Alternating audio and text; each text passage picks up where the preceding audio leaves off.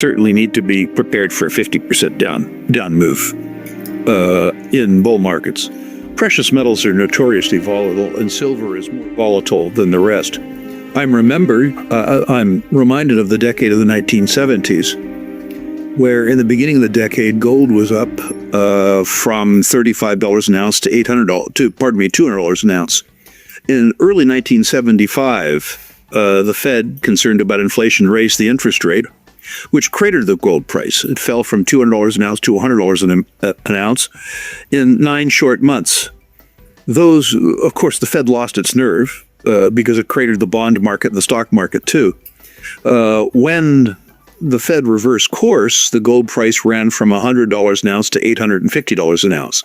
What's important to remember is that if the underlying conditions favoring a bull market stay intact, the bull market will stay intact too, but it will certainly test your patience, your faith, and your bank account in the interim. And I think probably we're due in the near term for a rest in terms of the gold price. It's also worthy to note that silver has not, as of yet, kept up with gold's pace.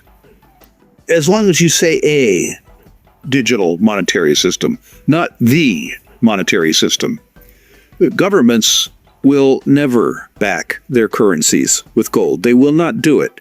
It imposes a discipline on them. It reduces their power. And people go into politics for power. The beautiful thing about the age that we're living in, Dunnigan, is that with this proliferation of currencies, there doesn't need only to be official sector currencies. A currency can be whatever you and I decide it can be. It can be physical gold, or coming soon to a wallet near you, a gold token. We will see this in the near term.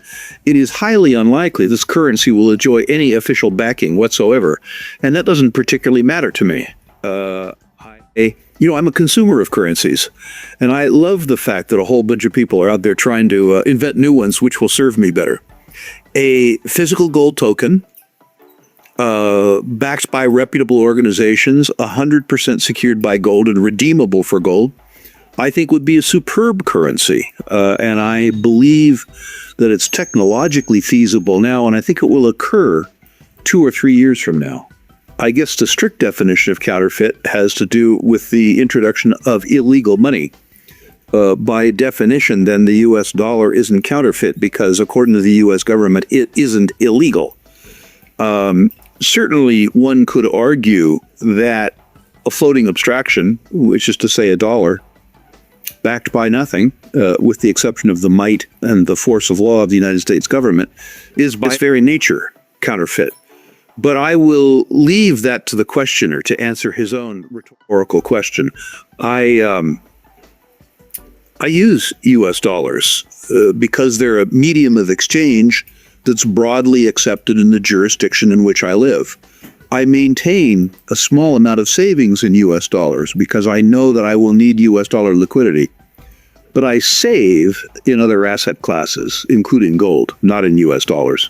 Rhymes as opposed to repeats, and I think that many of the lessons of history will be useful for us. There are, of course, some differences. There are more of us.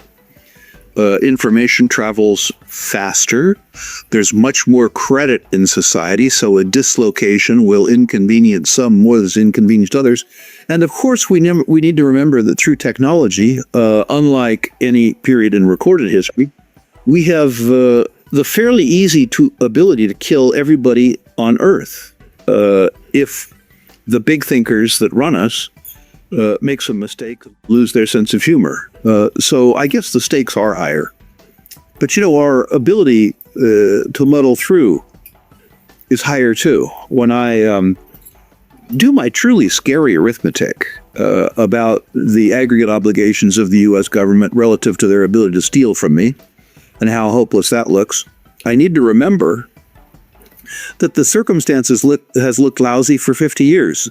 And the United States in particular is still a culture where a group of kids can commandeer a garage in Sunnyvale, and out pops Google or Apple or Facebook or something like that, which is to say, despite the fact that I'm very nervous about our collective stupidity, I'm delighted that through technology, our individual creativity and tenacity has, at least thus far, financed our collective stupidity.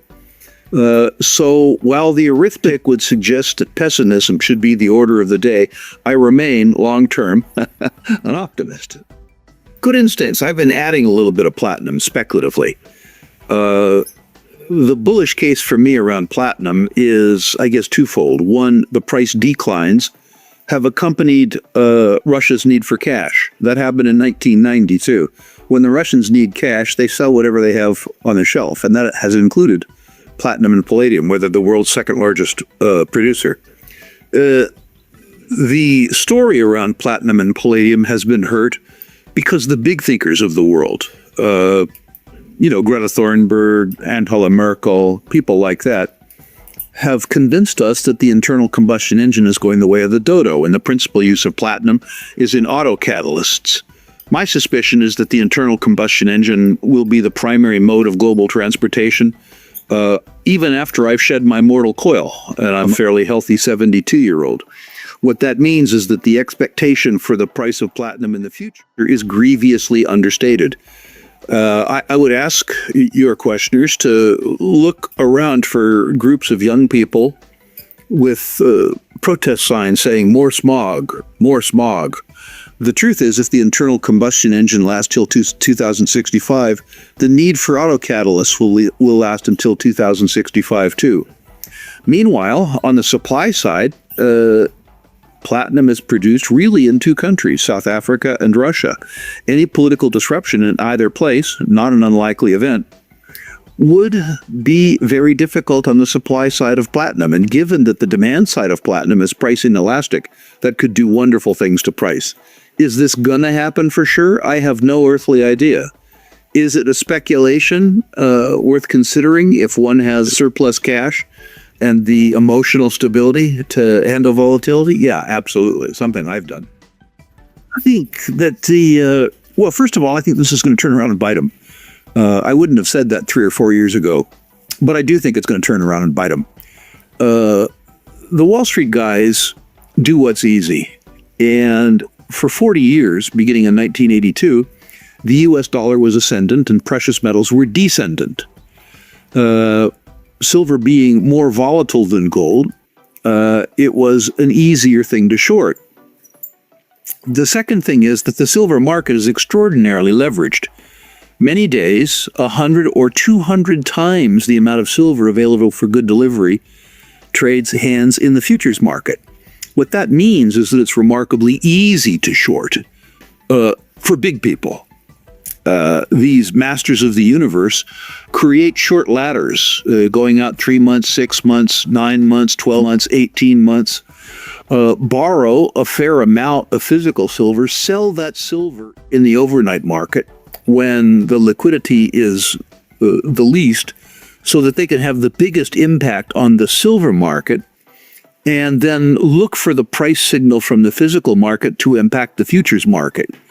If somebody is short, let's say $1 billion worth of silver in the futures market, and somebody uses $50 or $75 million worth of silver, they lose, say, $10 million on selling into the physical market. In effect, you're investing $10 million in your loss in the physical trade to make $50 or $60 million in the long-term trade. This works until it doesn't. I have now been through 3 real bull markets in precious metals in my life. And I don't know why it's true, but what I do know that is true is that in precious metals bull markets, and we're in one, by the way, let's not equivocate about that anymore.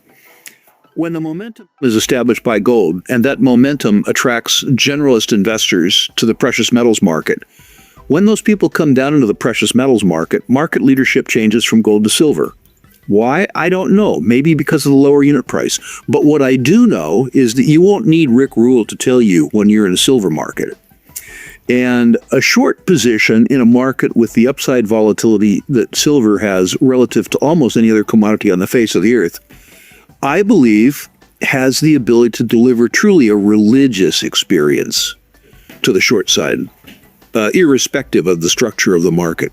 These short guys do whatever's easy. I remember in the decade of the 70s, there was a lot of manipulation in precious metals markets to the upside, because that was the bias in the market. Wall Street learns thoroughly, but they learn slowly. They do now what made them money for 40 straight years, and they will do it until like 2008. They learn one of these character building lessons.